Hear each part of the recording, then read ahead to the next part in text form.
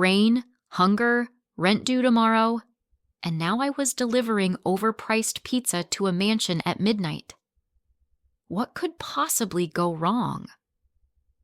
By the time I reached the top of the hill, my jacket was soaked through and my scooter sounded like it was begging for retirement. The roads in Naples aren't kind in weather like this. Slick stone, tight turns, too many ways to skid and not enough angels watching. I should have gone home hours ago. Should have ignored the order like I ignored all the ones that come in 5 minutes before closing, but this one had a $200 tip already paid. I didn't trust it. Still said yes. Guess I'm not that smart when I'm desperate. The address was a hillside villa, the kind of place built by old money and newer sins. No buzzers, no guards visible, just a wide iron gate and a long winding drive swallowed by rain and fog. I pulled up and waited. Nothing. Then a voice crackled through a speaker hidden in the stone wall. Leave it on the steps. No name, no greeting. Charming, I muttered, kicking out the scooter stand. Normally, I would have followed instructions, left the box, turned around, gone home. But something about the place itched. So I stepped through the gate. The front of the house looked like a museum or a crypt. Carved marble columns, tall wooden doors, lights glowing warm behind frosted glass. I set the pizza box down neatly, took one step back, and the door opened. Not a butler, not a guard. Him. I didn't recognize his face so much as I recognized the energy. He was tall, mid-30s maybe, perfectly dressed in black, eyes like old stone and judgment.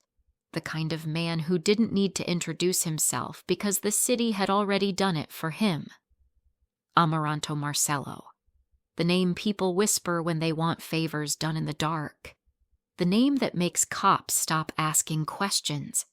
The name I never expected to see standing on the front steps of my minimum wage night shift. "You're early," he said. "You're rich," I replied. The words came out before I could stop them. To my surprise, he didn't look offended, just curious. He reached into his coat and held out a crisp $200 note. I looked at it, then at him, then shook my head. "I deliver food," I said, "not favors." We locked eyes. Something passed between us. Not flirtation, not threat. Something harder to name. He didn't push, didn't speak, and I didn't wait around to figure out why. I turned and walked back into the rain. Didn't look over my shoulder, didn't see him watching me from the doorway, but I felt it, like heat on the back of my neck, like gravity shifting ever so slightly. 2 days later, my phone rang. Unknown number. I almost let it go to voicemail, but something, maybe curiosity, maybe stupidity, made me answer. "Miss Glide?" a clipped male voice asked. "This is Mr. Taviani. I'm calling on behalf of a recent client who believes there was an error with their sacai order." I frowned. "Pizza complaint?" "There's also an opportunity," he added smoothly. "The client is in need of discreet event staffing. Your delivery left an impression." Right. Because sarcasm and wet hair scream professionalism. Still, my rent was overdue. "I'll bite," I said. "When and where?" An hour later, a black sedan pulled up to the curb outside the pizzeria. Same sleek vehicle from before, same suited driver. No name, no small talk, just an open door and silence. I got in. We climbed the same hill, past the same stone gate. Only this time, it opened without hesitation. They were expecting me. Inside, the villa was brighter, colder, too much marble, too many cameras, the kind of wealth that didn't bother hiding how sterile it was. A man in a tailored suit led me through room after room until we stopped in a gallery with floor-to-ceiling windows. And there he was. Marcelo. Standing above me on a mezzanine, hands in his pockets, watching me like I was an exhibit he wasn't sure belonged in the collection. Was the pizza that bad? I called up. Because if this is about anchovies, I'm gonna be pissed. His mouth twitched. Barely. I have an event, he said, descending the stairs. A charity gala. I need service staff. Let me guess. All your usual servers mysteriously vanished? I require a certain quality. You mean honesty? Unpolished, unimpressed, unintimidated. You mean cheap? He smiled then, just slightly. That too. He handed me a folder. Inside, contract, NDA, details about the event, and a number at the bottom that made my eyebrows jump. I'll pay half up front, the rest after. That's a lot for canapes, I said. It's not about food, he replied. It's about presents. I hesitated. Common sense screamed no, but rent screamed louder. I signed. As I turned to leave, I heard him say something, not to me, but to the man waiting near the door. She doesn't belong in this world. A pause. That's precisely why she fascinates me. I walked out of that house with a contract in my pocket and a storm in my chest. I didn't know if I'd just made a deal with the devil or something worse, but I knew one thing. The man at the top of the hill wasn't done with me, and something in me didn't want him to be. Subscribe if you haven't already, and tell me in the comments where you're watching from, because tomorrow's story unfolds darker, deeper, and far more dangerous than you think. Now, let's begin the tale. 2 days after the delivery, my phone rang. Blocked number. I almost let it go to voicemail, but something in my chest tugged like a fishhook. I dried my hands on a dish towel, hit answer, and said nothing. Miss Glide, a smooth voice said, all clipped syllables and old money restraint. This is Mr. Taviani. I represent a client who recently received a delivery from you. Is this about the pizza? Not exactly. Of course not. There was a complication with the order. However, the client was impressed by your professionalism and requests a follow-up meeting. Discreetly. Compensation will be substantial. I frowned. A follow-up meeting? Yes. The client is seeking staff for an upcoming private event. You'll be auditioning, in a sense. Is this a joke? No, Miss Glide. The car will arrive in 40 minutes. Wear black. The line went dead. I didn't know what was worse. The fact that he didn't ask if I was interested or that I didn't say no. But rent was due. Groceries were running low. My stomach was already planning its betrayal. So I said yes. Even if it felt like the worst kind of yes. 40 minutes later, the same black sedan pulled up to the curb, sleek, quiet. Driver in another tailored black suit. He opened the door without a word. I got in. The drive up the hill felt different this time. Last time, I was soaked and clueless, holding a pizza box and pure nerve. This time, I was dry and suspicious, dressed in black and wrapped in silence. When the gates opened, not by mistake, but by permission, my hands went clammy. I was being expected. Never a good sign. The villa looked even more intimidating in daylight. Less like a house, more like a chessboard, polished, quiet, and crawling with men who knew how to kill without leaving a stain. Inside, I followed Taviani through wide halls lined with paintings, statues, and silence. No music, no chatter, just the hush of wealth that didn't need to speak for itself. We passed a hallway where 2 guards stood like they'd been installed at birth. They didn't blink as we walked by. Taviani led me to a long, empty gallery. Floor-to-ceiling windows, marble floors, afternoon light that made everything too bright. And there he was, Marcelo, standing on a mezzanine above me, hands in his pockets, suit like it had been tailored to his bones. His expression didn't change when he saw me. Not surprise, not pleasure, just observation. Like he was watching a test subject walk into a maze. Back by popular demand? I said, louder than I needed to. I was curious if lightning strikes twice, he replied, walking down the stairs. I'm more of a thunder type, I said, loud, inconvenient, and usually signaling trouble. I'm aware. He came to a stop in front of me, not too close, just close enough to remind me he was bigger, richer, and infinitely more dangerous. Still, I didn't flinch. I'm hosting a charity gala, he said. I require staff, quiet, unassuming, loyal. You're telling me all that like it's supposed to sound normal. It is, in my world. Well, in my world, job interviews usually involve questions, not motorcades. He handed me a folder. I opened it. Standard contract, NDA, event schedule, dress requirements. Then I flipped to the last page and saw the number, 6 figures, for one night. I looked up at him. That's a lot of zeros for hors d'oeuvres. I'm paying for presence, he said, not performance. Presence, I repeated. You mean contrast. I mean you don't pretend, he said. You're not like them. I raised an eyebrow. Not polished, not obedient, not expendable? No, he said evenly. Not afraid. The room felt smaller suddenly, the light too sharp, his stare too direct. I should have walked away, but I didn't.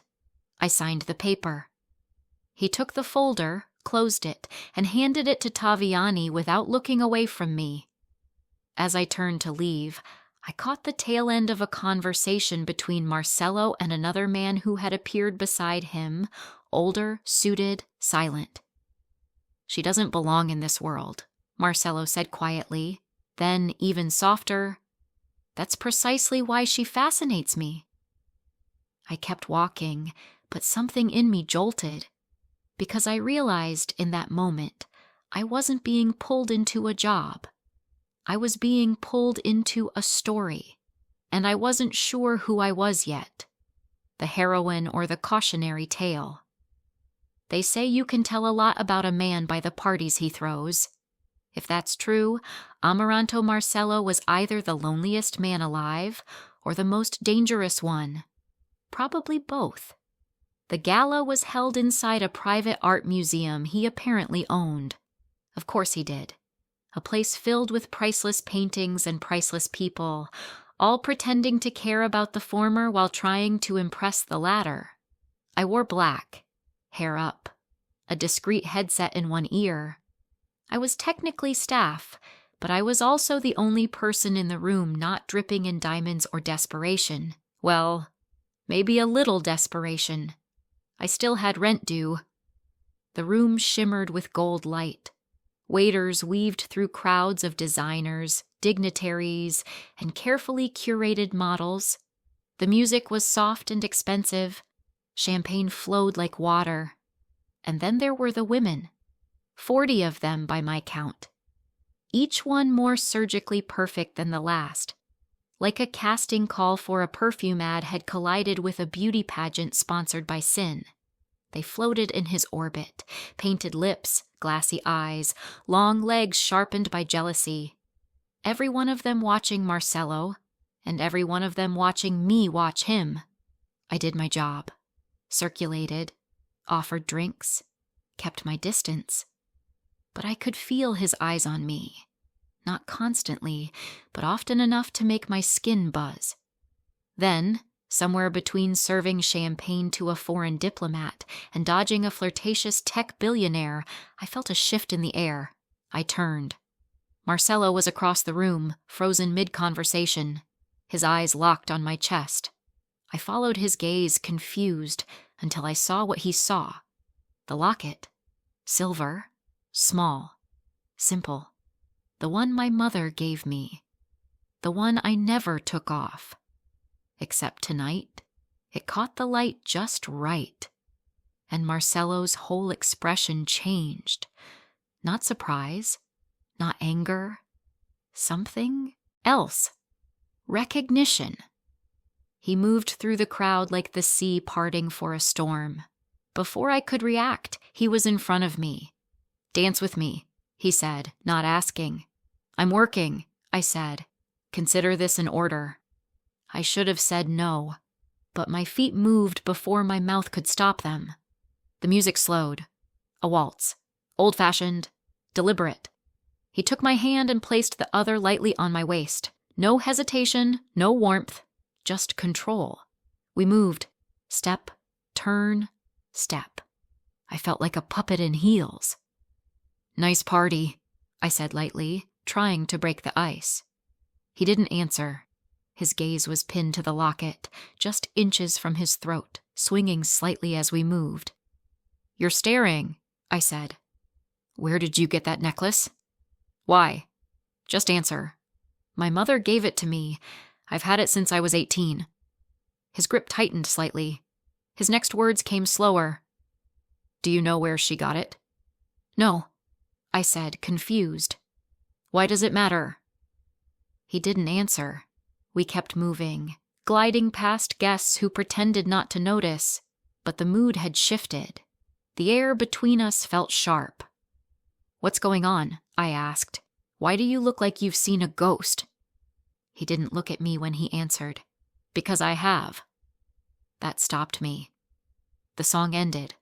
I stepped back, breath short, confused and off balance. He didn't follow. He turned and walked away. No explanation, no goodbye, just silence and retreat. The rest of the night passed in a blur. I served appetizers to women who sneered at me, shook hands with people whose rings probably cost more than my apartment, and tried not to look for Marcelo in every corner of every room. He didn't reappear, at least not where I could see him, but I could feel him, watching, processing, hiding.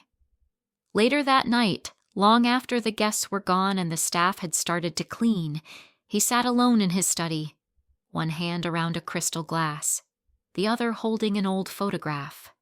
Adrian Glide, journalist, activist, threat. The man who'd once worn the same silver locket. The man Marcelo had admired from a distance. Before the lines got too close, before the order went out to silence him. An order Marcelo had tried to reverse. Too late. The execution had already been carried out. Not by Marcelo, but by someone else in the syndicate. A faction he'd lost control of long ago. Now here I was, his daughter, wearing that same locket, standing in his house, dancing in his arms, and he had no idea if I was here by chance or fate. He finished the drink and picked up his phone. Run a full background check on Stella Glide, he said. A pause. Discreetly. People always talk about betrayal like it's loud. A slammed door, a gunshot, a fight in the rain. But the worst kind? The kind that really guts you? It's quiet. A folder left open.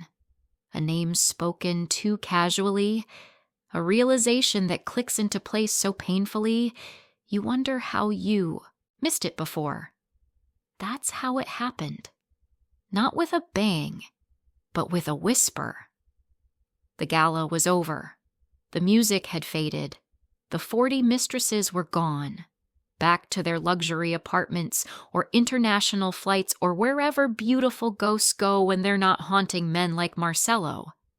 I was helping clean up, which really meant I was trying not to think about the dance, or the way he'd looked at my locket, or the fact that he'd vanished the second the music stopped. I should have just taken my money and left, but I didn't, because the house was too quiet and Marcelo was still hiding, and curiosity is louder than survival instinct.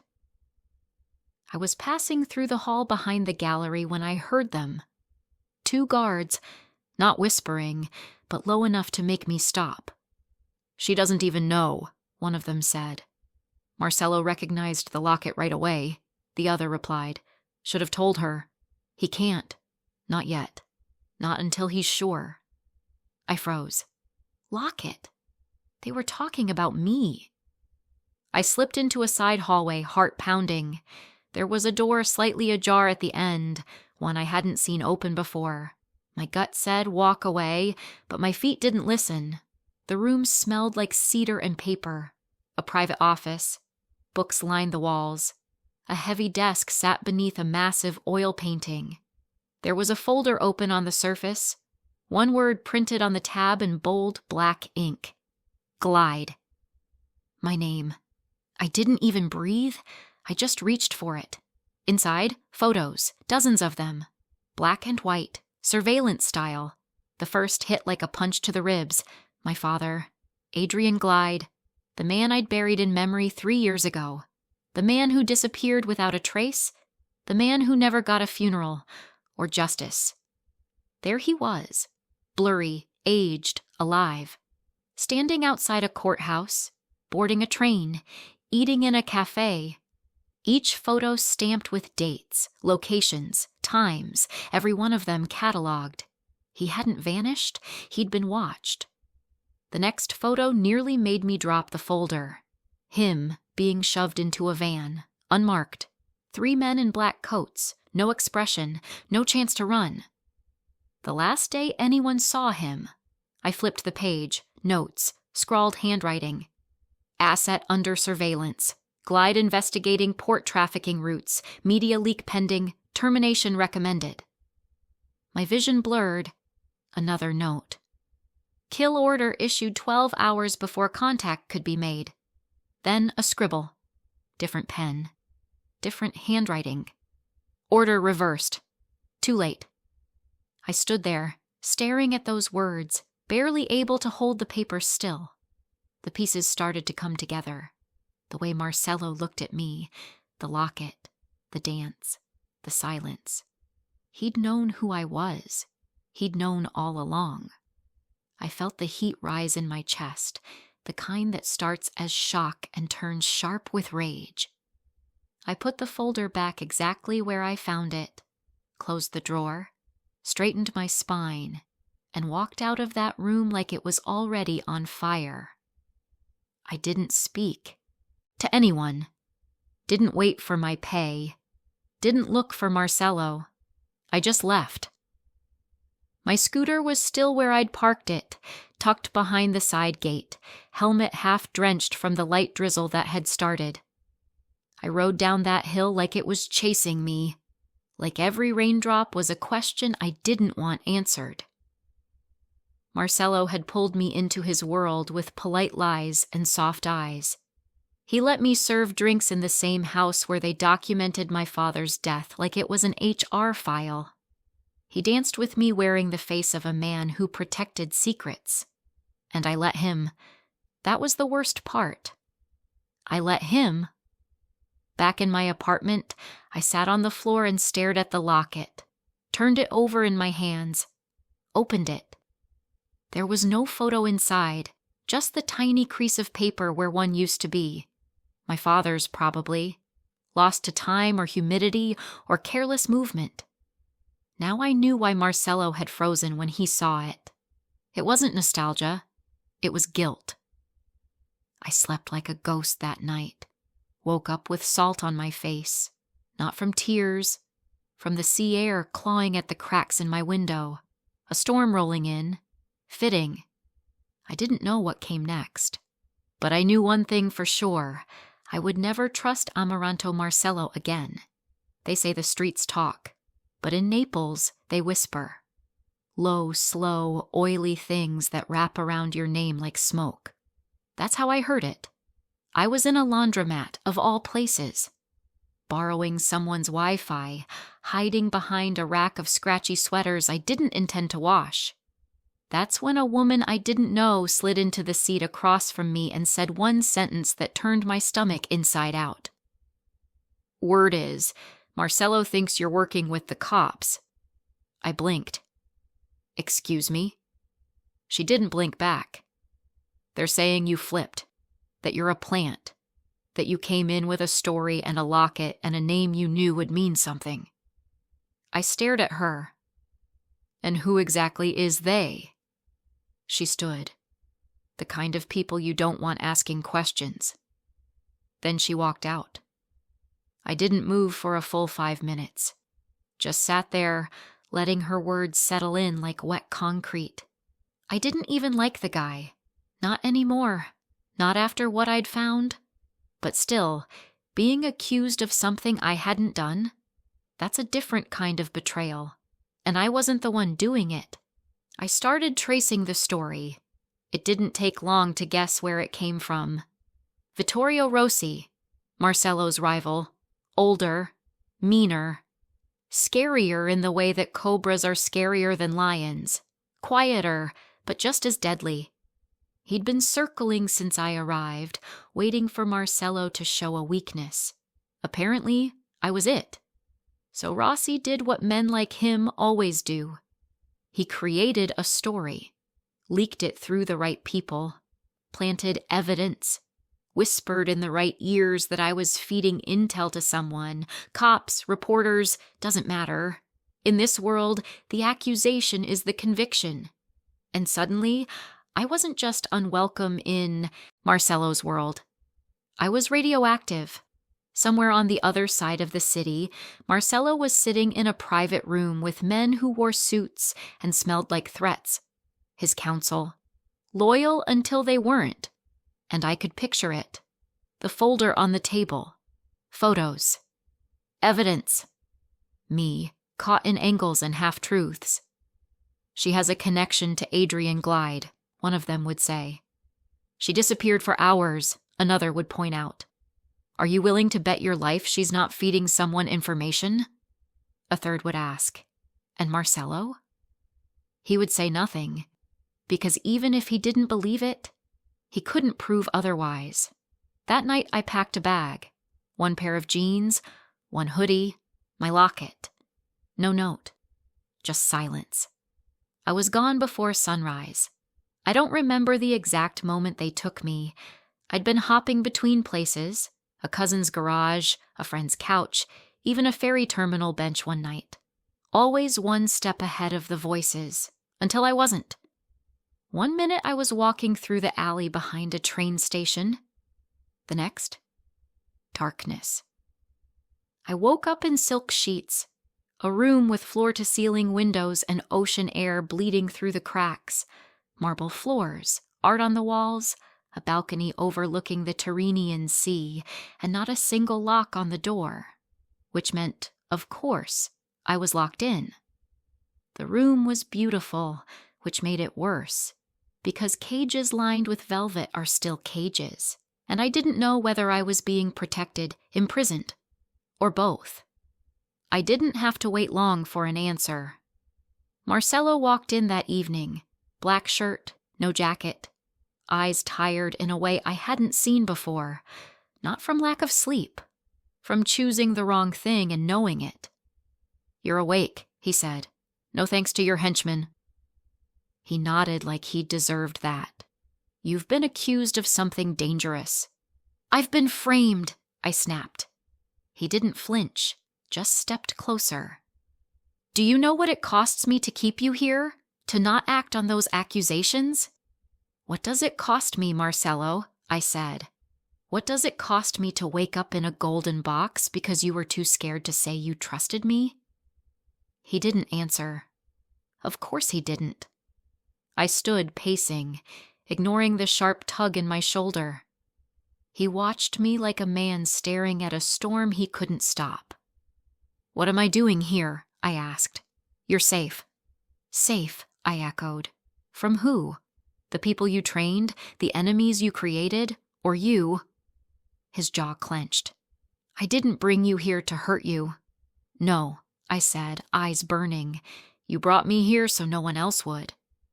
He took a step forward. I didn't know who to believe.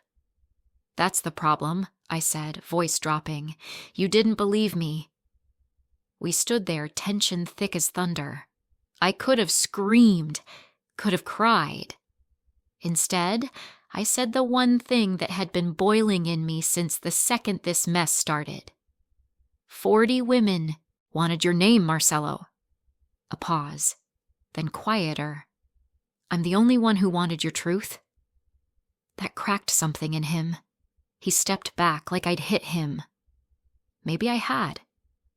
He ran a hand through his hair, turned away. When he finally looked back, something in his face had changed. The mask had slipped. And behind it, a man who knew he'd already lost something. Maybe me. Maybe himself. I didn't forgive him. Not then. But for the first time, I saw the fracture in his foundation. And I wasn't afraid of it. Sicily was supposed to be quiet. Marcelo said it was for my safety. That things in Naples were too loud, too unpredictable. That it would be temporary. He didn't say I'd be flown out under guard. Didn't say the villa would have panic rooms and guards who blinked less than statues. And he definitely didn't say I'd be able to smell a war coming. The villa was beautiful, in a haunting kind of way. All white stone and sea wind, perched on a cliff overlooking water that looked black under the moonlight. But beauty can lie. And I wasn't stupid. I knew this wasn't about safety. It was distance. He needed me out of the way. Marcelo was here too, somewhere nearby. Not at this villa, but at a larger estate across the hill, where he was meeting with what remained of Rossi's fractured inner circle. Peace talks, they called it. Sure, because mobsters are super known for conflict resolution. I wasn't allowed to leave the grounds, not that I had anywhere to go. So I walked the halls, counted windows, made note of exits, watched the guards watch me. The truth?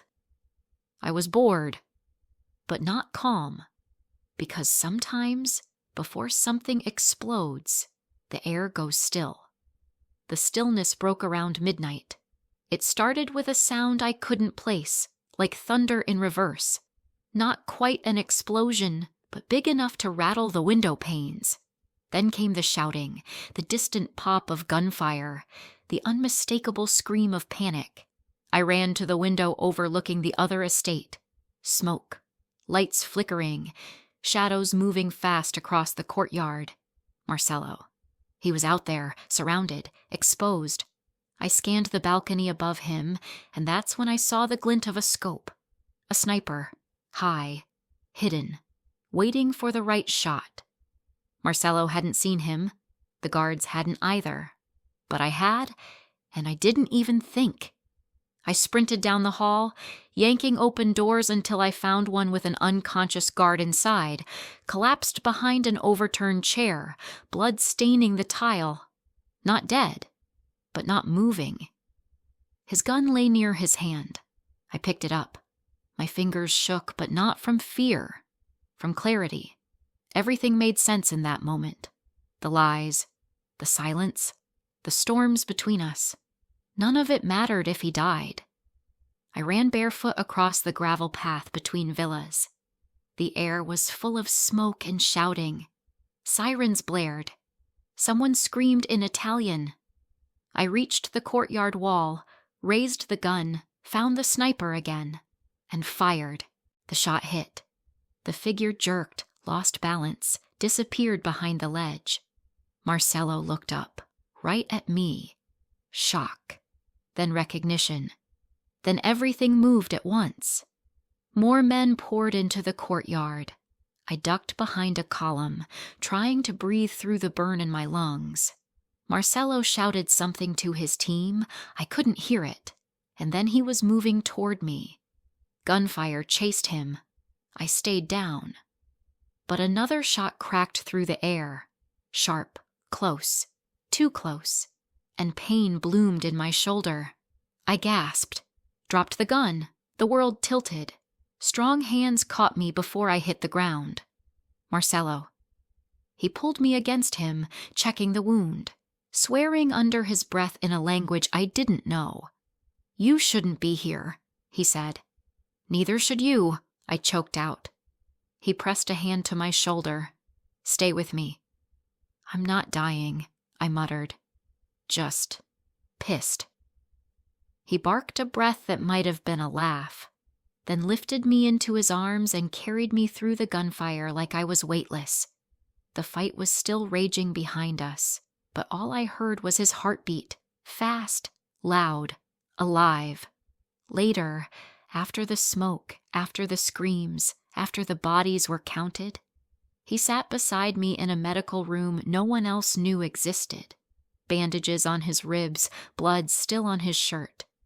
He looked at me like I was the last thing he expected to survive. "You saved my life," he said. "I keep doing that," I whispered.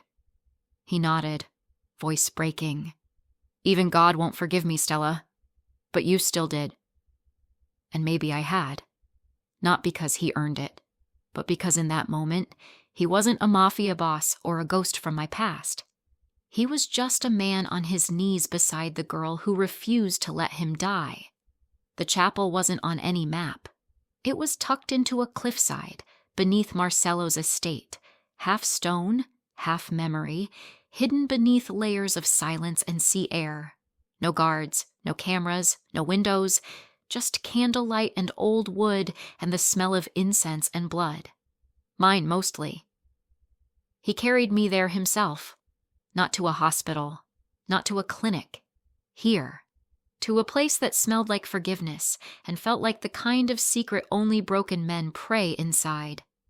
He laid me down gently on a narrow bench near the altar. My shoulder throbbed like hell. I winced. He didn't flinch. "I'll fix it," he murmured. I didn't answer because I didn't know which it he meant. The wound or everything else? He cleaned the injury himself. Warm water, clean gauze. No words. There was something reverent in the way he worked, as if he were tending a wound he caused, which in a way he had. I watched him from the corner of my eye, shirt sleeves rolled up, face calm, but his hands were shaking. "Why here?" I asked softly. He didn't look at me. "This place is quiet." "That's not an answer. It's the only one I have." After he finished, he leaned back on the bench beside me. We sat there in silence, surrounded by statues of saints neither of us believed in. "I should have told you everything," he said. I didn't speak. "I knew who you were, Stella, from the first night. The name, the locket, the way you looked at me like I wasn't a monster yet." His voice cracked just slightly. "I knew. I stared straight ahead. And you still let me in." He nodded. "I did. You let me serve drinks in your house, smile at your friends, dance in your arms. I brought you close to protect you." I turned to him. "From what?" "From the ones who finished your father's work." There it was. The thing I'd already suspected but hadn't heard out loud. He knew what happened to my father. Maybe not all of it, but enough. "You issued the order," I said. My voice was calm. Too calm. "I reversed it," he said. "But by then it was too late. Someone else followed through. I tried to stop it." "You didn't stop it," I said. "You just buried it." He went quiet. "You brought me close to protect me," I repeated. "Or to protect yourself from the guilt?" Marcelo closed his eyes, just for a second. "I wanted to tell you, but you didn't." "I was afraid if I said it out loud, I'd lose the only thing I've wanted in years." "Truth?" I asked. "No," he said. "You." I stood, slowly, carefully. My shoulder screamed, but I ignored it. He rose too, instinctively stepping toward me. "Don't." He stopped. "I can survive lies," I said. "I can even survive betrayal." I looked him dead in the eyes. "But I will not survive another man deciding what truths I can or can't handle." "I thought I was protecting you." "No," I said. "You were protecting your version of me."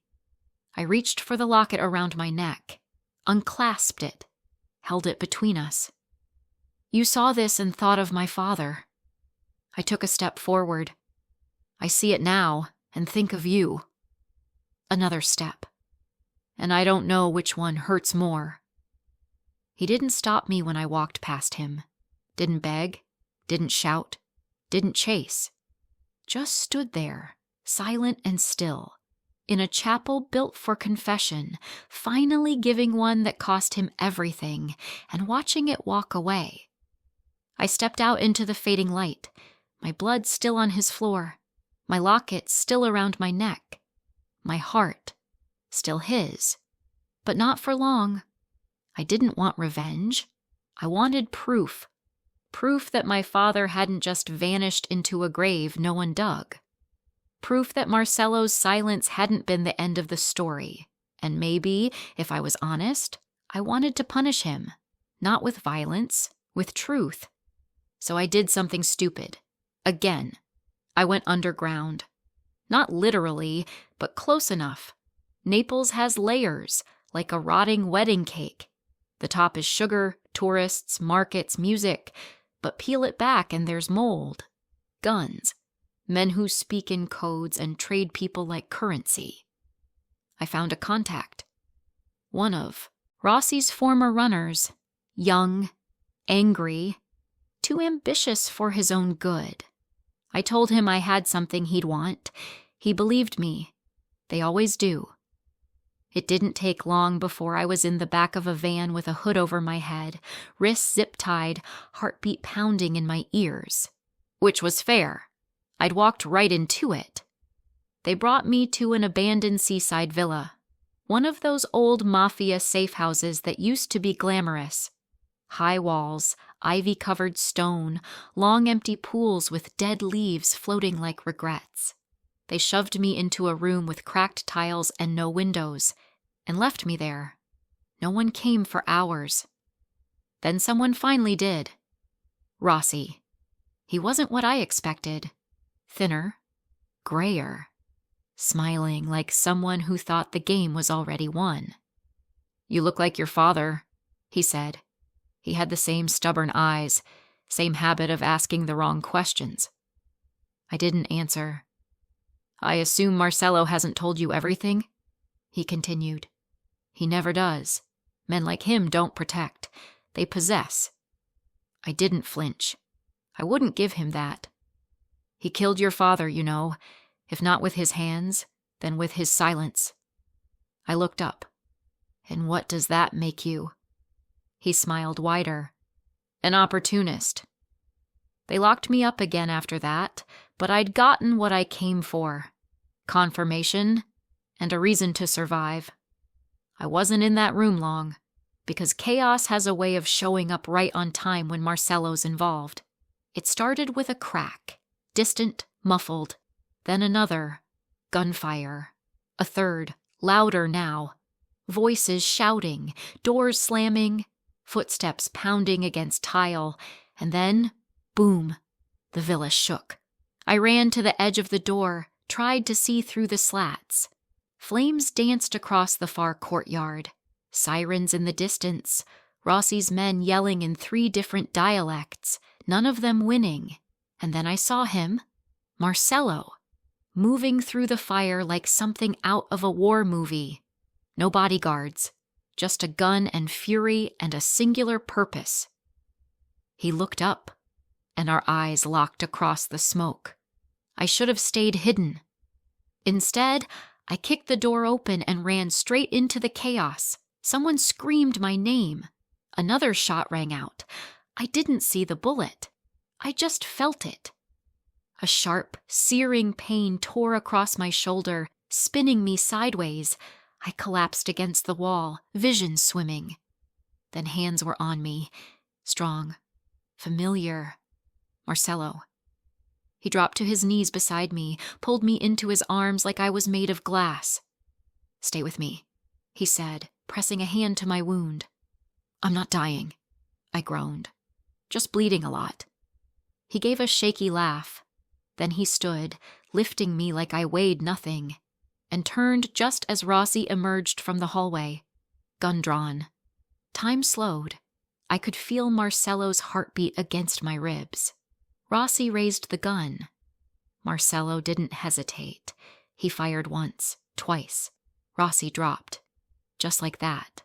No ceremony, no last words. Just gone. And then it was over. The smoke, the screams, the war between them. Done. We sat on the floor of the villa's entryway, blood and rain mixing in puddles around us. Marcelo looked at me like I was the first good thing he'd seen in years. "You saved me again, Stella," he whispered. I nodded, dizzy. "Yeah, you're really bad at staying alive." He exhaled. "Even God won't forgive me, but you still did." I didn't answer right away, because I didn't know if forgiveness was the right word. But in that moment, rain falling through the broken ceiling, sirens growing louder, I held on to him. Not because he needed saving, but because we both did. I woke up to the sound of waves, not traffic, not sirens, just the sea lapping gently at the cliffs outside the villa like nothing had happened. Like I hadn't been shot. Like I hadn't watched a man kill for me. Like I hadn't wanted him to. The bed was soft. The linen smelled like salt and rosemary. My shoulder ached, but it was clean, stitched, wrapped with quiet care.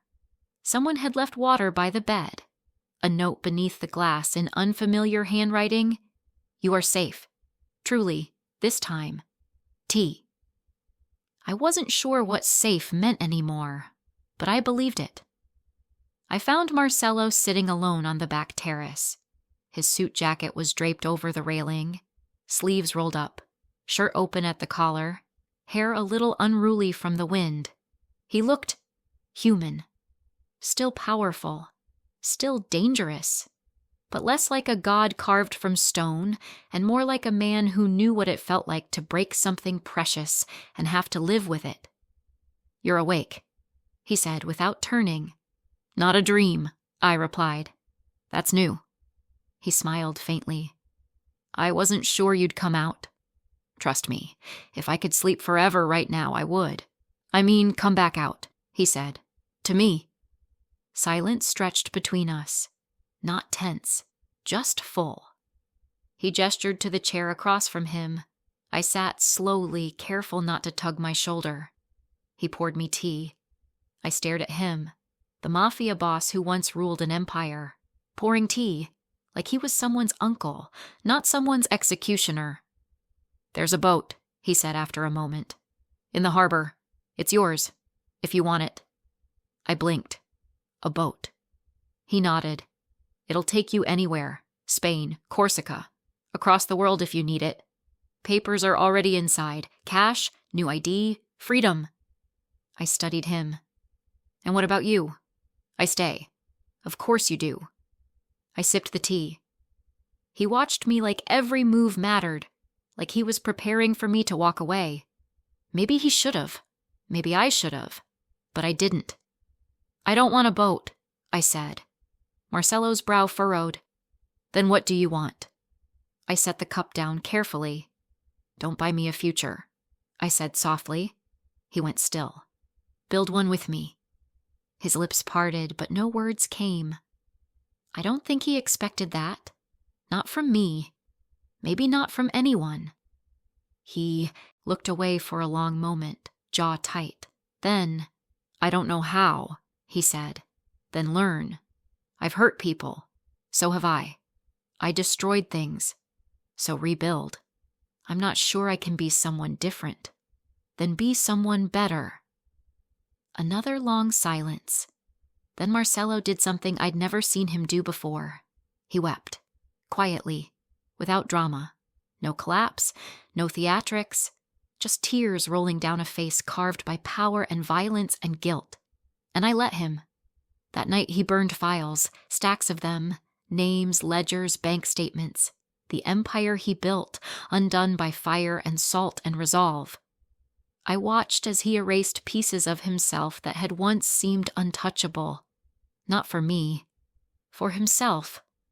Because for the first time, he wanted something clean. He kept the charities. He sold the shell companies and funneled the profits into schools, shelters, recovery clinics. He stepped out of the shadows, quietly, one careful piece at a time.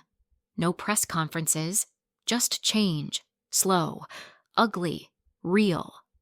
The mistresses stopped calling, his rivals disappeared. Naples whispered about it. No more violence, no more late-night limos. Just the man in the villa, rebuilding something with the woman who arrived in the rain. People always said Marcelo couldn't be touched. They were wrong. He wasn't destroyed by bullets or betrayals. He was rewritten by a girl holding pizza boxes. They tried to conquer his empire. I just asked for his truth. And in the end, that was the only thing that ever truly broke him open.